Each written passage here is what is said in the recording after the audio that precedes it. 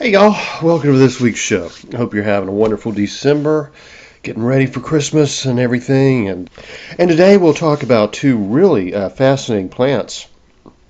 One is Orpine, that will be under the foraging category, and then we'll get into the herbal category, which will be Xanthium stromarium, which you may know more as Cocklebur. That's probably what's most often called, and it has some really good use. So we'll talk about that. But speaking of Christmas, before we get too far into it, this is the last week that the post office says if you order something, they're going to get it to you by Christmas. So I think, Amazon will still get your books to you if you want to buy some of my books as Christmas gifts, which I hope you do. I really appreciate you when you do that. But my woodwork, my woodcraft, the spoons that I carve and everything, I really wouldn't want you to put off ordering an item much longer than say Wednesday, and because it's going to be a week out from Christmas.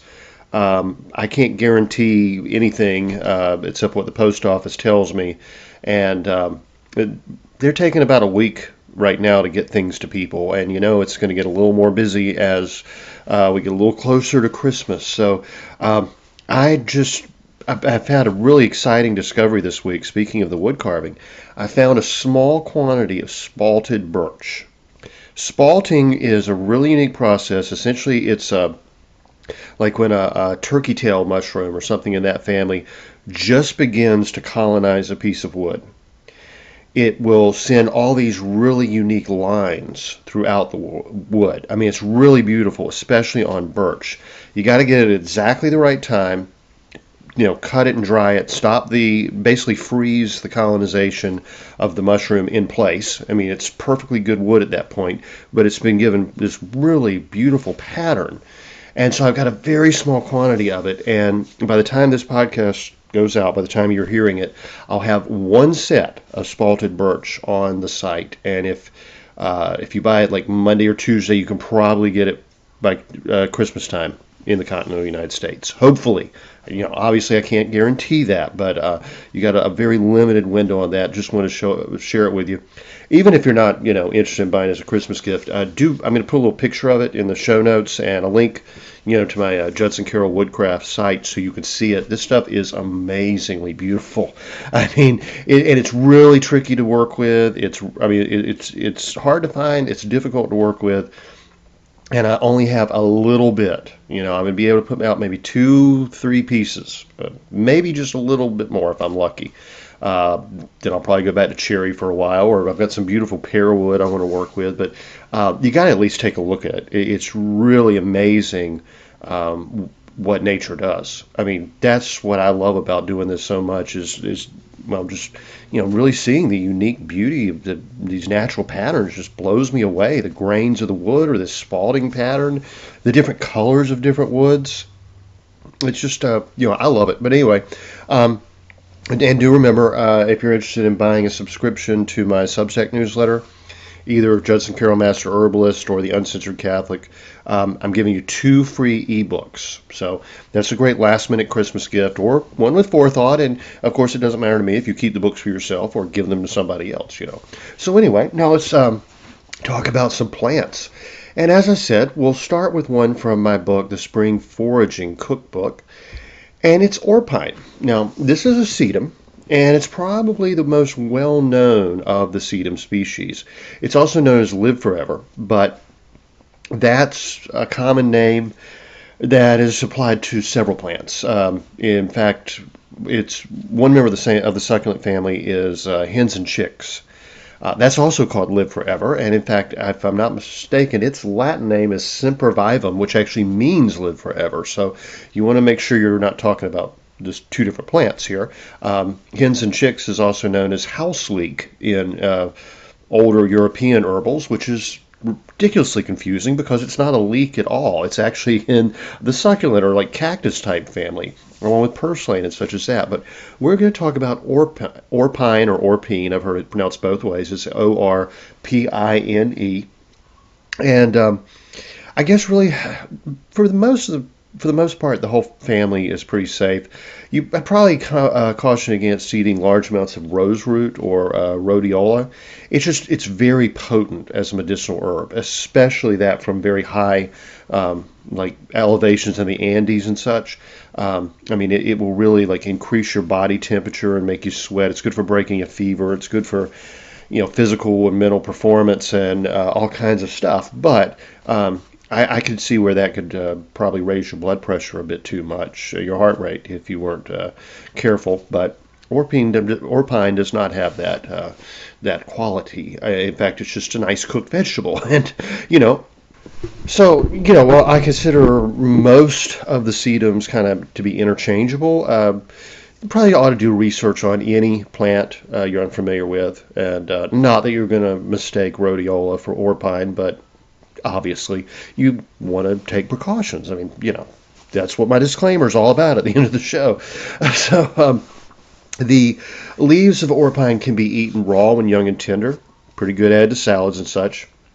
They make a nice cooked vegetable using the steam saute method I've told you about so many times. All you do is clean the plant, whatever you're cooking, obviously, and put it in a pan with a little bit of water and a little bit of olive oil or whatever kind of fat, butter, whatever you want to use, a little salt. Put the lid on and let it come up to a simmer, a low boil. Take the lid off, let the water cook off, and then just let it saute in the fat in the pan. That's the easiest way to do anything from, asparagus to Orpine. Anything. When cooked, it's really good added to soups or eaten plain with some butter, whatever you like.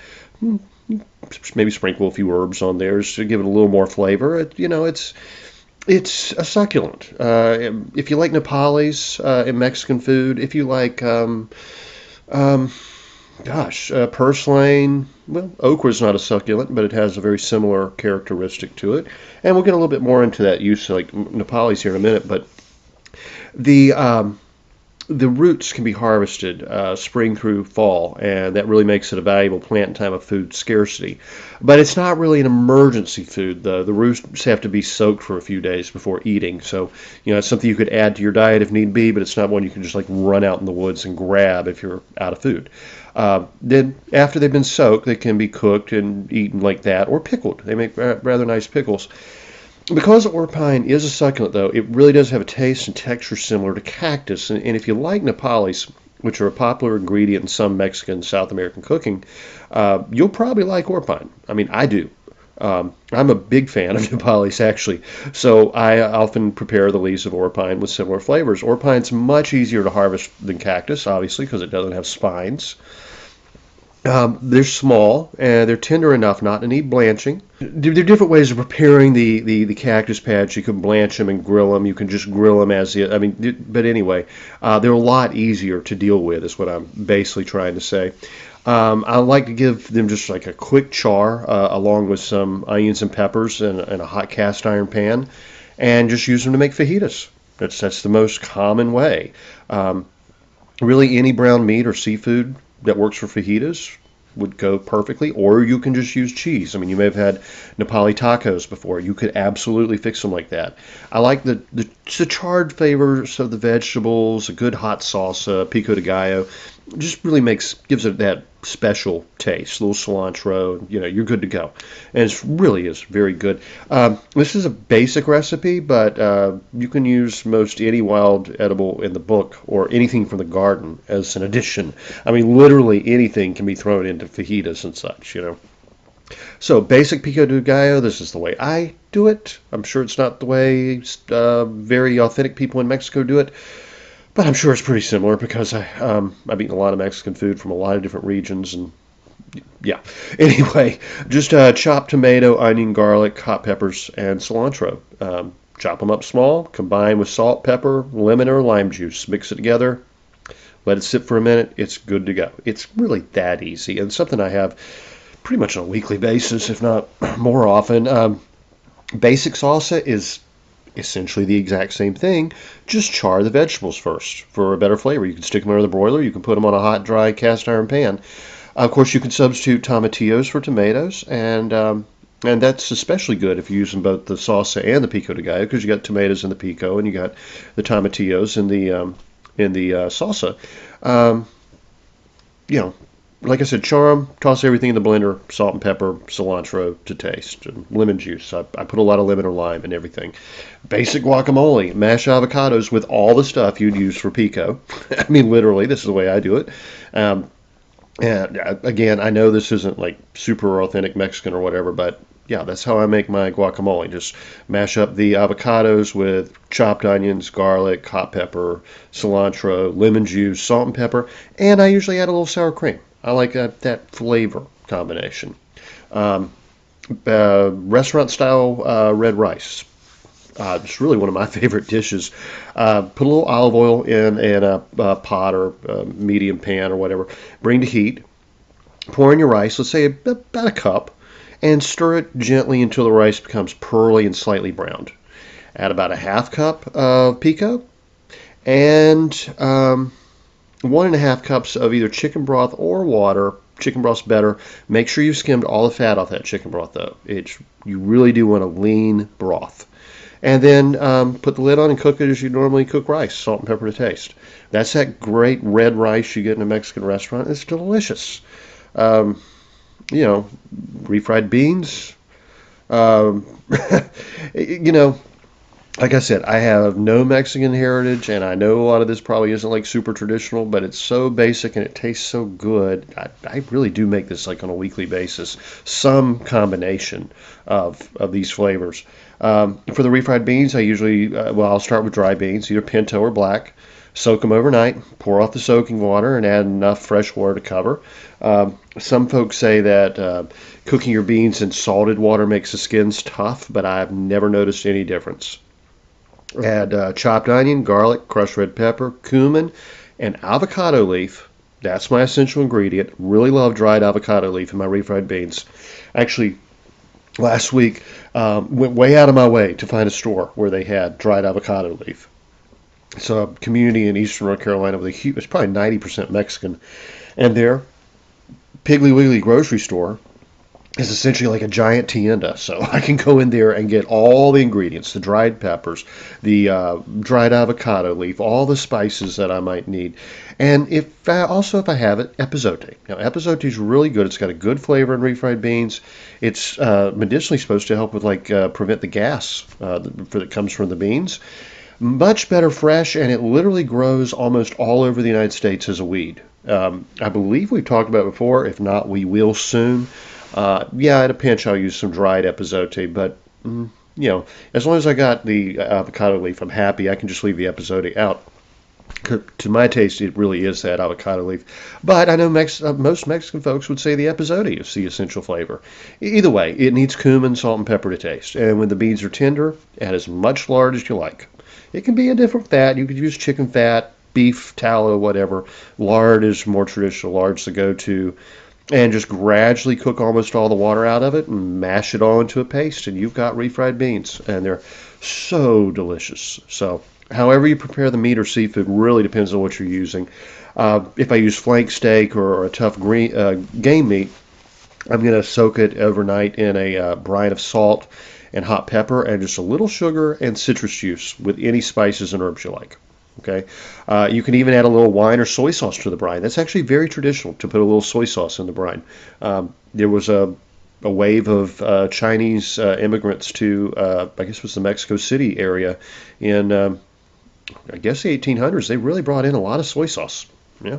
Um, so I usually don't bother to brine chicken or seafood, but that's totally up to you.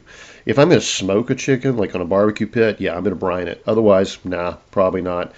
Um, for red meat or pork, the brine it tenderizes it, but it'll also help season and brown it. And that's really, I'm doing it more for flavor, unless it is a tough cut of meat.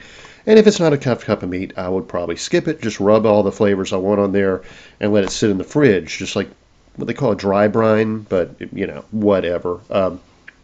I generally just season fish and fowl with dry herbs, spices, and salt. Either way, I cut everything into bite-sized pieces and give it a good char in a cast iron frying pan or on the grill, obviously. Cook it to the doneness you prefer, but make sure that the meat gets a nice char. I really do think that's important. That's why I put a little sugar in the brine. It just helps with the char. You know me, I don't really cook with sugar very much, but in this case I would. The hotter the pan, the easier it is to accomplish, or like I said, a hot grill. I'll usually cook some mushrooms with the meat. Be sure to get them nice and brown. Char the vegetables. I'll usually add a little bit of the marinade to the veggies as they cook. The steam just kind of helps them cook through and quickly and adds the flavor. Most modern health experts would probably not approve of using the same marinade for your meat as with your vegetables, but it's getting thoroughly cooked in a hot pan, so I'm not worried about it. But you could certainly make a fresh marinade or just use salt and pepper. A splash of beer will work just fine, as I found out in what I would call a happy mistake. I had I think maybe a Shiner Bock or something and spilled some good dark beer in there, and it was really quite good. So flour tortillas are the norm for fajitas, but if you can use fresh corn if you like. They all taste great, but somebody might say, "Hey, that's not a fajita. It's more like a taco." Well, whatever. Anyway, I often grill corn and other vegetables to go inside, so flour tortillas kind of work better for me. Either way, just warm your tortillas, and assembly can be just your meat and veggies with some hot sauce or salsa. You can put some beans and rice in there or have them on the side. I usually shove everything into a tortilla and have an absolute mess all over my face and table or lap if I'm sitting on the porch. Anyway, I mean, I love it. It's that flavor combination, especially with the rice and beans, the good char on the veggies, the meat and mushrooms, a little bit of cheese, guacamole and pico, and then just pour some salsa over them as I eat it, or dip it in a bowl of salsa. And Orpine, absolutely delicious in fajitas. Like I said, think of it just as you would Nepalese or cactus pads. You could, but like I said, any vegetable works in fajitas, except for like maybe root vegetables. You'd have to really cook them down. That would be difficult, and the texture and flavor might not work very well together. Though I do know some people like potatoes in some of their Mexican dishes, sometimes including a tortilla. I don't, but if you do, a good option maybe to use like Jerusalem artichokes, sunchokes, or the roots of daylilies or something like that. The flowers of daylilies are an absolute. The flowers of daylilies are fantastic in tacos and fajitas and all kinds of stuff like that. Just as a side dish with the rice and beans, just season and cook, maybe a little meat on the side.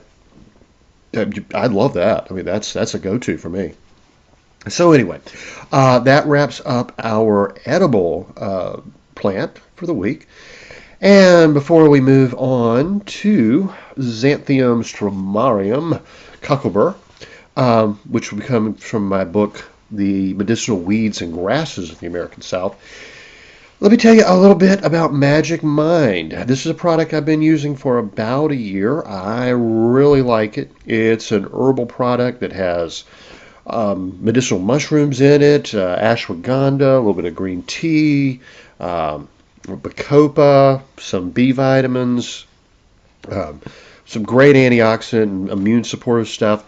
It's really formulated to increase mental clarity and concentration. And I think a lot of the company, I think it's really good. It's very high quality. It says on their site, we promise to only use the world's best suppliers, to require rigorous testing of every ingredient sent to us for every production run, to readily provide certificates of analysis for our main ingredients to anyone who requests them. And you can get that by just sending an email to hello@magicmind.com. Hello@magicmind.com. Most companies will not do that. You've heard me rant before about how a lot of herbal products, even those sold by really reputable companies. I've told you stories about how they had trouble testing the properties of St. John's wort and echinacea at another time, and they're going in the labs and they're saying, nope, it doesn't do a darn thing. And another lab saying, oh wait, St. John's wort helps with depression, seasonal depression especially. Echinacea helps with immunity and especially colds and flus. And another lab's going, nope, doesn't do a thing. And they went in and found out they weren't even testing the right plants. They had bought herbs from reputable herb distributors, and those herbs were not what they were labeled to be. And that is actually very common. The fact that Magic Mind has this promise, and you can get a lab analysis, certificates of analysis for their ingredients just by emailing them. That's really impressive. It really is. It says our goal is to make the best beverage on the planet for creators, and we promise to do it the right way for everyone involved, even if it means going above and beyond industry standards, which they do. They offer a money-back guarantee, 100% refunds, no questions asked. And yeah, it's just fantastic. They're offering 20% off from my listeners, and that promo code is JudsonCarroll20, JudsonCarroll20. There are some really interesting testimonials on their website.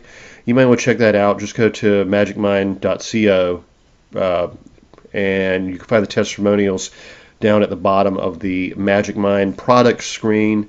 They got musicians on here. They got actors and comedians, professional surfer.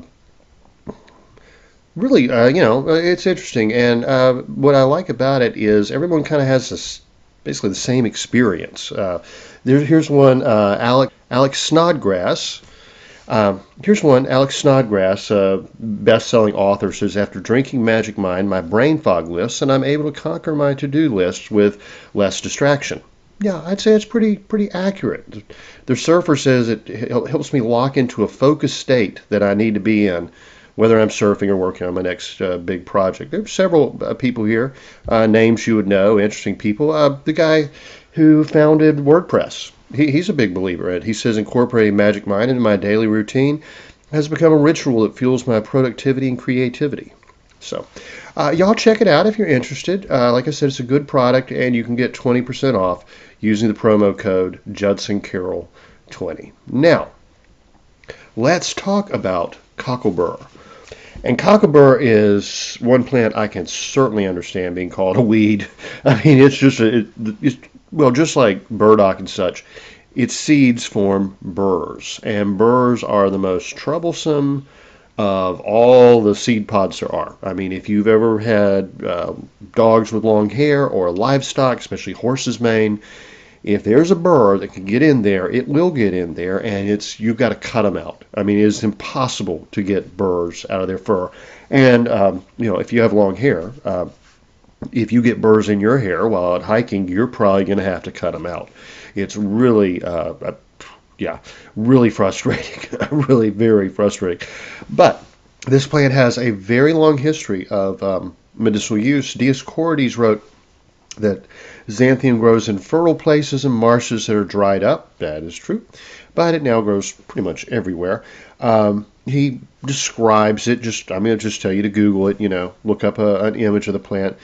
It says the fruit, gathered before it is perfectly dry, beaten and preserved in a clay jar, is able to make hair yellow. Yes, even in ancient Greece, they were very big into dyeing their hair. That's also true in ancient Ireland. The Celts, well, in Germany, the Celts were, and the Germanic tribes were famous for dyeing their hair and beards yellow. Often to match their horses' manes. It made them look very, regal and grand on their horses because they were a horse culture. But there's so many different plants that have been used for that purpose. Chamomile comes to mind. For dyeing the hair black, of course, sage. But anyway, this is one that was used in Greece to make your hair blonde. He says, to use it, take a quantity of it, diluting it in warm water, and having first rubbed the head with nitra, smear it on. Yeah, I'm not going to do that. But he said it could be preserved in wine, and he said if it was preserved in wine, laid on an edema, it would help bring down the swelling as such. Miss Graves said that the flowers had some interesting properties in terms of coloring and dyes, that they were yellow in color but could become white or red, but never blue. She mentions how it's a weedy plant, and she describes as well. But as under medicinal actions and uses, she says it was a valuable and sure specific in treatment of hydrophobia. That's rabies. I have no idea if Cocklebur has any effect at all on the rabies virus. I sure would not count on it. If you think you have rabies, you need to get to a hospital as quickly as you can go. But if you had nothing else, it would sure be worth a shot because you're going to die. If it goes untreated. And is an active styptic, meaning it helps reduce bleeding when used both locally and generally, either as a fluid extract or powdered. And she says of medicinal uses of Cocklebur specifically, there are a few different members of the xanthium family. The leaves and fruit are anodyne, anti-rheumatic, appetizer, diaphoretic, diuretic, emollient, laxative, and sedative. The plant is considered to be useful in treating long-standing cases of malaria and is used as an adulterant for Datura stramonium. An adulterant for Datura. An infusion of the plant has been used in the treatment of rheumatism, diseased kidneys, and tuberculosis. It has also been used as a liniment on the armpits to reduce perspiration.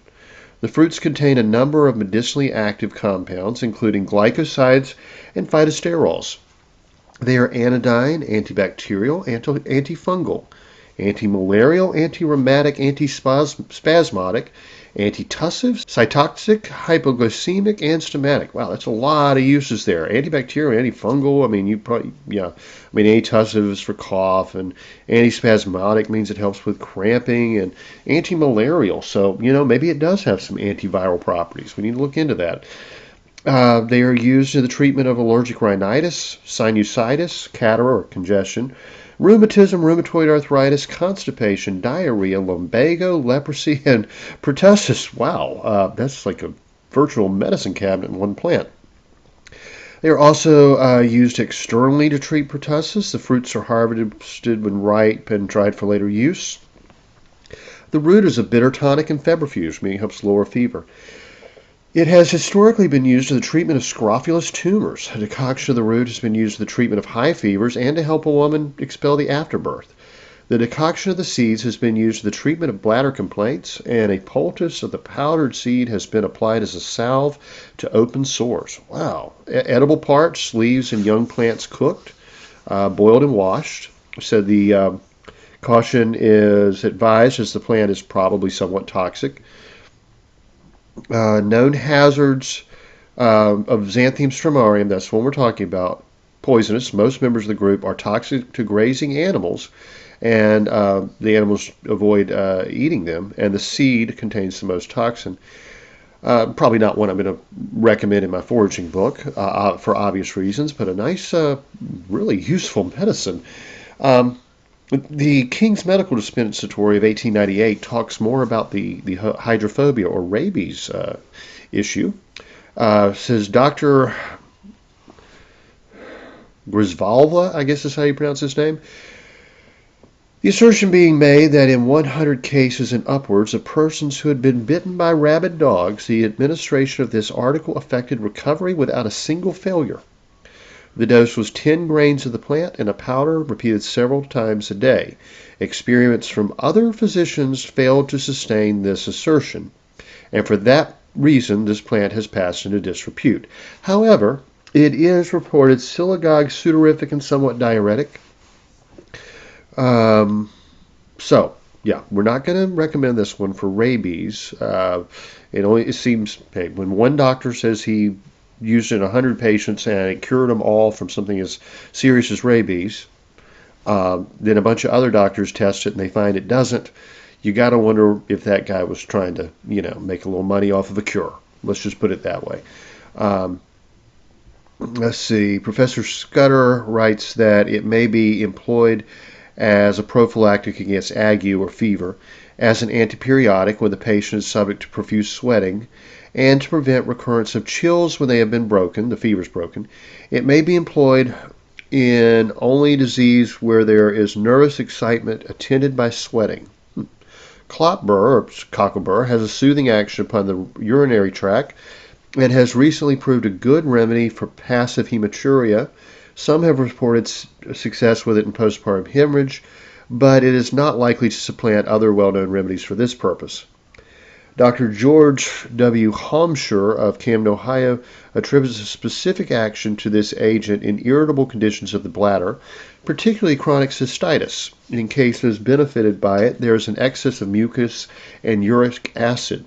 The bladder walls are thickened, urination is tensemic and frequent, and gravel or minute calculi may pass continuously. That would be uncomfortable. It is frequently used with red onion. Well, that's interesting. And that would, for cystitis, I can see that. Professor Bloyers used it in similar conditions with bloody urine, and has been used in the treatment of gonorrhea as well.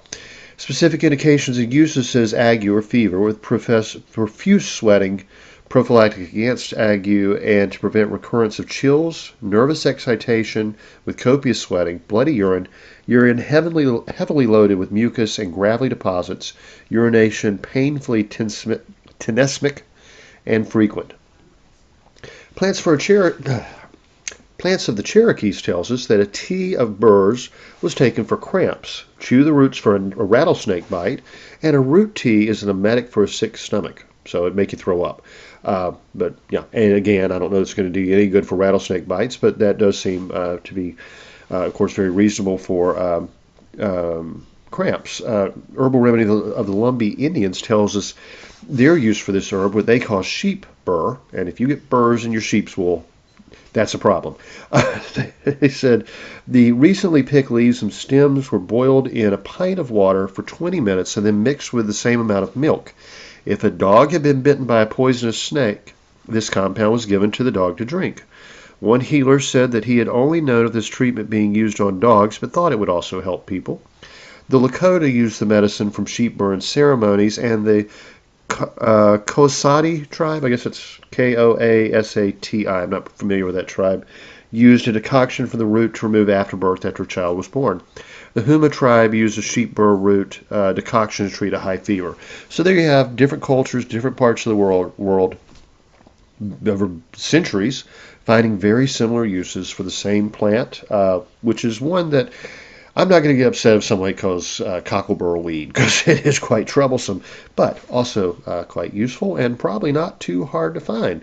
So, y'all, we will wrap this one up there, and y'all have a great week. I'll talk to you next time.